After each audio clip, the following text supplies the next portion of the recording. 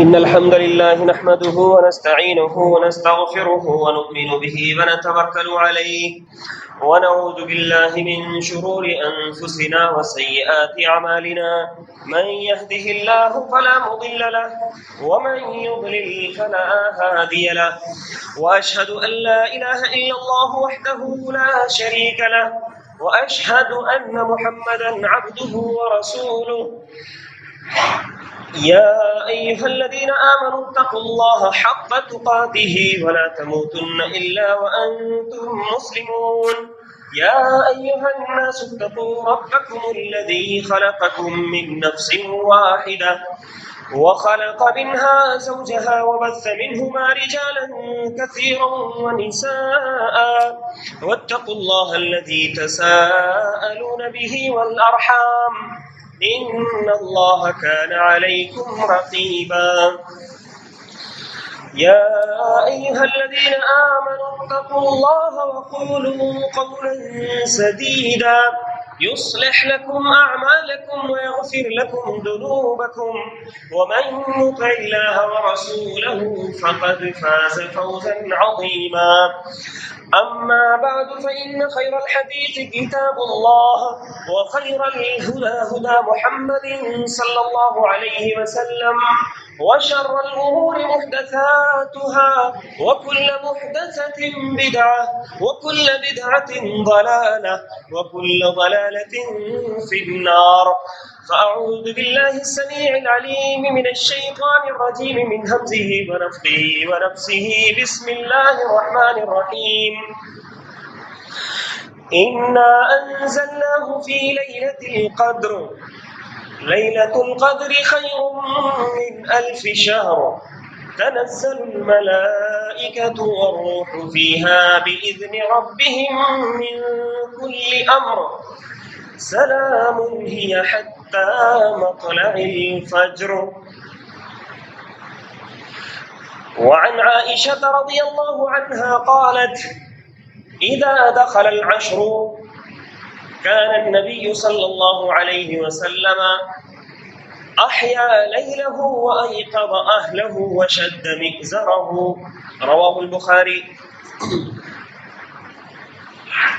رب اشرح لي صدري ويسر لي أمري واحلل عقدة من لساني يفقهوا قولي سبحانك لا علم لنا إلا ما علمتنا إنك أنت العليم الحكيم.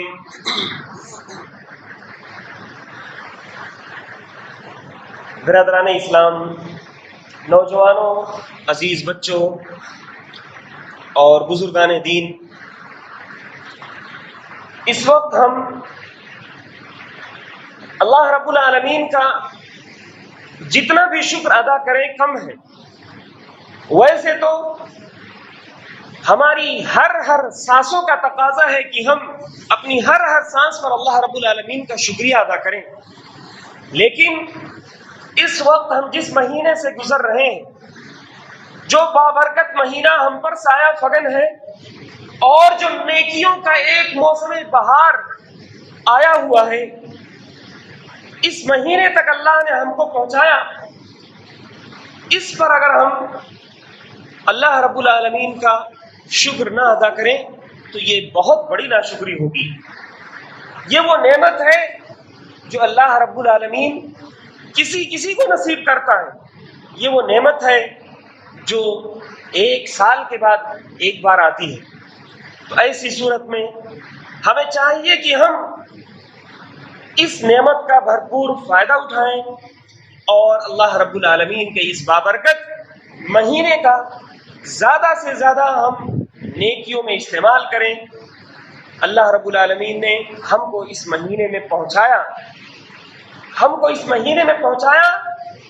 اور ہم نے اس مہینے کو ایسے جانے دیا. تو اللہ کے رسول صلی اللہ علیہ وسلم نے ایک حدیث میں فرمایا کہ ایسے شخص کی ناک خاک آلود ہو، ایسا شخص بہت ہی بد نصیب ہے.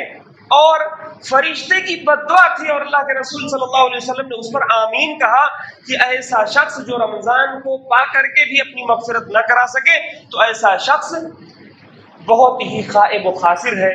ناکام و نامراد ہے۔ میرے دوستوں اور بھائیوں، اللہ کے رسول صلی اللہ علیہ وسلم نے اس مہینے کے سلسلے میں ہمیں قدم قدم پر ایسی رہنمائیاں دی ہیں کہ اگر ہم ان کو اپنائیں تو ہم اس مہینے کو ایک بہترین مہینہ اور ایک بابرکت مہینہ بنا سکتے ہیں۔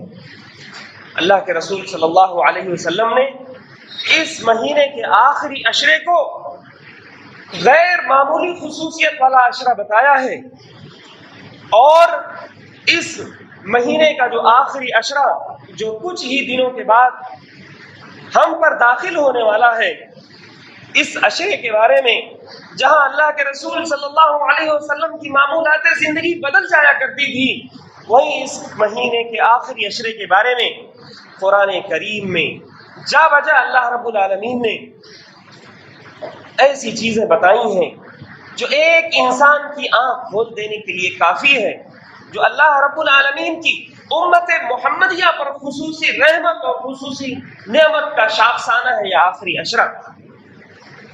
آپ کے سامنے جو چھوٹی سی سورہ مبارکہ پڑھی گئی، سورہ قدر، اللہ رب العالمین ارشاد فرماتا ہے اِنَّا أَنزَلْنَاهُ فِي لَيْلَةِ الْقَدْرِ، بے شک ہم نے اس کو قدر والی رات میں اتارا ہے۔ کس کو رات میں اتارا ہے؟ ایک سورہ کے شروع میں اللہ رب العالمین نے فرمایا الف لام میم، اور اس کے بعد اللہ رب العالمین نے فرمایا کہ اِنَّا أَنزَلْنَاهُ فِي لَيْلَةٍ مُبَارَكَةٍ إِنَّا كُنَّا مُنذِرِينَ۔ اللہ رب العالمین نے فرمایا الف لام میم والکتاب المبین، قسم ہے کتاب مبین کی، اللہ ہم نے اس کو ایک مبارک رات میں اتارا ہے۔ تو اس کا مطلب یہ ہوا کہ یہاں پر سورہ قدر میں جس چیز کو اتارنے کی بات اللہ رب العالمین کہہ رہا ہے وہ قرآن پاک ہے۔ اِنَّا أَنزَلْنَاهُ فِي لَيْلَةِ الْقَدْرِ، لیلۃ القدر میں قرآن پاک کا نزول ہوا، اور پھر اللہ رب العالمین نے لیلۃ القدر کی اہمیت کو بتاتے ہوئے فرمایا لیلۃ القدر خیر من الف شہر، کہ یہ لیلۃ القدر یہ کیا ہے؟ یہ 1000 مہینوں سے بھی افضل ہے، 1000 مہینوں سے بھی بہتر ہے۔ آپ جانتے ہیں کہ یہ 1000 مہینے کتنے سالوں کے ہوں گے؟ تقریباً 83 سال اور کچھ مہینے ہوں گے، یعنی 83 سال سے بھی زیادہ افضل عبادت ہوگی صرف اور صرف ایک رات کی۔ آپ جانتے ہیں امت محمدیہ جو آخری امت ہے، جس کی عمریں بہت ہی مختصر ہیں، اللہ کے رسول صلی اللہ علیہ وسلم نے فرمایا اعمار امتی ما بین الستین و سبعین، میری امت کی اوسط عمریں 60 سے 70 کے درمیان رکھی گئی ہیں۔ ان مختصر سے سالوں میں انسان کی کتنی نیکیاں ہوتی ہوں گی؟ اگر انسان اپنی عمر کا موازنہ گزشتہ امتوں کی عمروں سے کرے تو اسے لگے گا کہ ہم نے تو کچھ پایا ہی نہیں۔ ایسی صورت میں حضرت عبداللہ ابن عباس کا ایک اثر منقول ہے، میں آپ کے سامنے پیش کرتا ہوں کہ ایک عورت کا بچہ انتقال کر گیا، ایک عورت کا چھوٹا سا بچہ مر گیا، ابھی وہ بچپنے میں تھا۔ اس کے بعد وہ عورت رو رہی تھی، وہاں سے ایک عالم کا گزر ہوا۔ یہ گزشتہ امتوں کا واقعہ ہے، عبداللہ ابن عباس رضی اللہ عنہ اس کے راوی ہیں۔ اس عالم نے اس عورت سے پوچھا کیوں رو رہی ہو؟ عورت نے بتایا کہ میرا چھوٹا سا بچہ تھا جو انتقال کر گیا ہے۔ حضرت عبداللہ ابن عباس نے پوچھا کتنے سالوں کی عمر رہی ہوگی؟ تو اس خاتون نے بتایا کہ یہی کچھ 500 سال اس کی عمر تھی۔ تو انہوں نے کہا بے وقوف، تم اتنی عمر والے بچے پر رو رہی ہو؟ کیا تمہیں معلوم ہے ایک ایسی امت آنے والی ہے جس امت کو صرف اور صرف 60 سے 70 سال کے درمیان زندگی دی جائے گی؟ اس وقت عورت آنسو پوچھتے ہوئے اٹھی اور کہا کہ واللہ 60 اور 70 سال کی عمر میں تو اتنی عمر صرف سجدے میں گزار دوں۔ تو میرے بھائیوں، ہم کو یہ جو مختصر عمریں ملی ہیں، ان عمروں کا ہمیں، ان سالوں کا ہمیں زیادہ سے زیادہ اہتمام کرنا چاہیے، عبادات کا زیادہ سے زیادہ اہتمام کرنا چاہیے، اپنے گناہوں کی معافی کا، اور ایسی صورت میں ایک رات جو 83 سالوں سے بھی افضل ہمیں مل رہی ہے، اس رات کا ہمیں زیادہ سے زیادہ اہتمام کرنا چاہیے۔ اللہ کے رسول صلی اللہ علیہ وسلم جب آخری عشرہ آتا تو آپ اس آخری عشرے میں اس رات کو ڈھونڈا کرتے تھے۔ آپ جانتے ہیں لیلۃ القدر کا صحیح علم کسی کو نہیں ہے۔ بعض روایتوں میں آتا ہے کہ اللہ کے رسول صلی اللہ علیہ وسلم نے فرمایا پورے 10 راتوں میں اسے تلاش کرو۔ بعض روایتوں میں آتا ہے کہ اس 10 رات کی جو طاق راتیں ہیں، 21ویں، 23ویں، 25ویں، 27ویں اور 29ویں، ان میں تلاش کرو۔ میرے بھائیوں، ہم میں سے کون نہیں چاہے گا کہ اللہ کی عبادت میں راتوں دن مشغول رہے؟ تو جو شخص چاہتا ہو کہ زیادہ سے زیادہ نیکیاں اس موسم بہار میں اپنے نام کروائے تو وہ 10 کی 10 راتوں کو اللہ کی عبادت میں مشغول رہے، تاکہ کسی بھی وقت اگر وہ رات اسے ملے تو اسے وہ حاصل کر لے۔ اس رات میں پڑھی گئی 2 رکعت نمازیں بھی اس کی 83 سال کی نمازوں سے بھی زیادہ افضل ہوں گی۔ اس رات میں 2 روپیہ کیا گیا صدقہ بھی 83 سال سے زیادہ بہتر صدقہ ہوگا۔ اس رات میں الغرض کوئی بھی نیکی کی گئی اس کے لیے 83 سالوں سے بھی زیادہ بہتر نیکی ہوگی۔ تو ہم میں سے کون شخص ہے جو اس قدر آسان کام کو اور اتنے بڑے فائدے کے ساتھ کون چھوڑنا چاہے گا؟ اللہ رب العالمین سے دعا ہے کہ اللہ رب العالمین ہم تمام مسلمانوں کو رمضان المبارک کی اہمیت کو سمجھنے اور اس کے آخری عشروں کی بالخصوص اہمیتوں کو اور برکتوں کو سمجھنے کی توفیق عطا فرمائے۔ اقول قولی ھذا واستغفر اللہ لی ولکم ولسائر المسلمین انہ هو الغفور الرحیم۔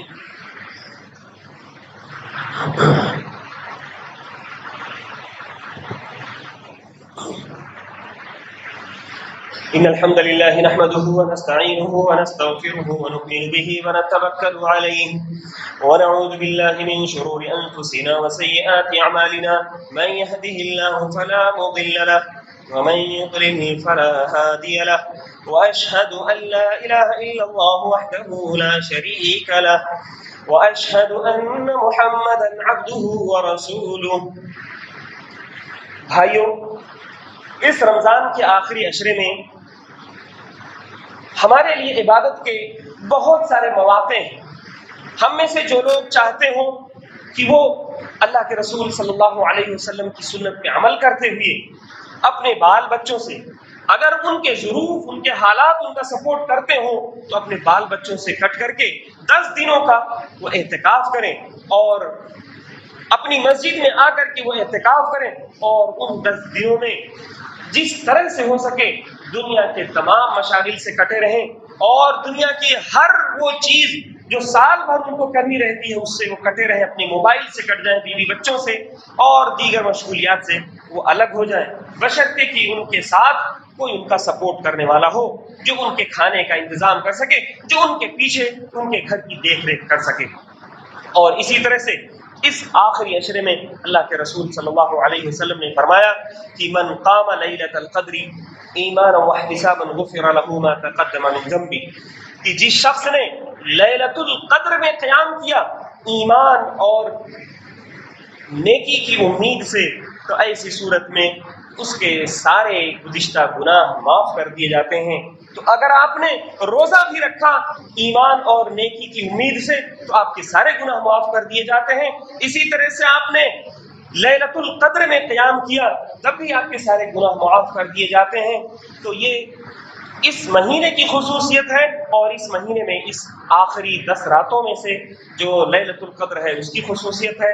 ہمیں چاہیے کہ ہم اس کا زیادہ سے زیادہ اہتمام کریں۔ اللہ کے رسول صلی اللہ علیہ وسلم کی سنت ہوا کرتی تھی، اما عائشہ رضی اللہ عنہا بیان کرتی ہیں کہ اذا دخل العشر، جب رمضان کا آخری عشرہ داخل ہوتا تھا تو آپ اپنے گھر کو جگا لیا کرتے تھے، آپ اپنی رات کو زندہ کر لیتے تھے۔ راتوں کو زندہ کرنے سے مراد کیا ہے؟ کہ راتوں کو جاگنا یوں ہی بلا فائدہ راتوں کو جاگنا نہیں میرے بھائی، ہرگز نہیں۔ راتوں کو زندہ کرنے سے مراد یہ ہے کہ راتوں کو آپ زیادہ سے زیادہ اللہ رب العالمین کی عبادت کیا کرتے تھے، اپنے گھر میں ازواج مطہرات کو جگایا کرتے تھے۔ اور کس طرح سے جگایا کرتے تھے اپنے اہل و عیال کو؟ حضرت علی رضی اللہ تعالی عنہ کا واقعہ ہے کہ ایک رات اللہ کے رسول صلی اللہ علیہ وسلم رمضان میں ان کے گھر گئے اور دیکھا کہ حضرت فاطمہ رضی اللہ عنہ اور حضرت علی رضی اللہ عنہ سو رہے ہیں. آپ نے ان کو جگایا، آپ نے ان کو دستک دی اور جگایا اور کہا کہ الا تقومان فتصلیان، کیا تم قیام اللیل نہیں کرو گے؟ کیا تم اٹھو گے نہیں کہ تم نماز پڑھو؟ اس پر حضرت علی رضی اللہ تعالیٰ عنہ نے کہا کہ انسان ہے، انسان کو نیند آتی ہے، سو گیا. اللہ کے رسول صلی اللہ علیہ وسلم سخت ناراض ہوئے اور انہوں نے کہا کہ انسان بڑا ہی مطالعہ پیدا کیا گیا ہے، انسان بہت ہی کٹ حجتی کرنے والا پیدا کیا گیا ہے. تو میرے بھائیوں، ہمیں چاہیے کہ ہم اس رات کو زیادہ سے زیادہ زندہ کریں، اس رات کو ہم عبادتوں سے بھر دیں، نوافل سے بھر دیں، صدقہ و خیرات سے بھر دیں. اس رات میں ہم صلۃ الرحم، آپس میں رشتہ داریاں جوڑنے کا جو ثواب ہے اس سے بھر دیں. اس رات میں ہم جس طرح سے بھی نیکیاں ہو سکتی ہیں ان نیکیوں کے ذریعے سے ہم آخری عشرے کی راتوں کو ہم زندہ کریں. اخیر میں اللہ رب العالمین سے دعا ہے کہ اللہ رب العالمین ہم تمام مسلمانوں کو دنیا میں جہاں بھی ہوں انہیں امن، شانتی اور خوشحالی نصیب فرمائے. اللہ رب العالمین ہم میں سے جو لوگ کسی پریشانی میں مبتلا ہیں، اللہ رب العالمین تو ان کی پریشانی کو دور فرما دے. ہم میں سے جو لوگ بیمار ہیں، اللہ رب العالمین تو انہیں شفاء کامل و عاجل عطا فرما. اللہ رب العالمین ہم میں سے جو لوگ قرض دار ہیں ان کی قرض کی ادائیگی کا تو غیب سے انتظام فرما دے. اللہ رب العالمین ہم میں سے جو لوگ وفات پا چکے ہیں ان کی تو مغفرت فرما دے. اے اللہ، جب تک ہم دنیا میں رہیں ایمان و اسلام پر رہیں، اور جب ہمارا خاتمہ ہو تو ایمان پر خاتمہ ہو. ان اللہ وملائکتہ یصلون علی النبی یا ایھا الذین آمنوا صلوا علیہ وسلموا تسلیما. اللهم صل علی محمد وعلى آل محمد كما صليت على إبراهيم وعلى آل إبراهيم إنك حميد مجيد. اللهم بارك على محمد وعلى آل محمد كما باركت على إبراهيم وعلى آل إبراهيم إنك حميد مجيد.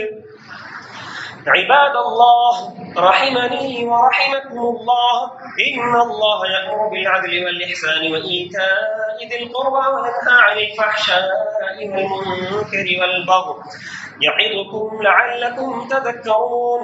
اذكروا الله يذكركم وادعوه يستجب لكم ولذكر الله تعالى أعلى وأولى وأجل وأتم وأهم وأكبر والله يعلم ما تصنعون.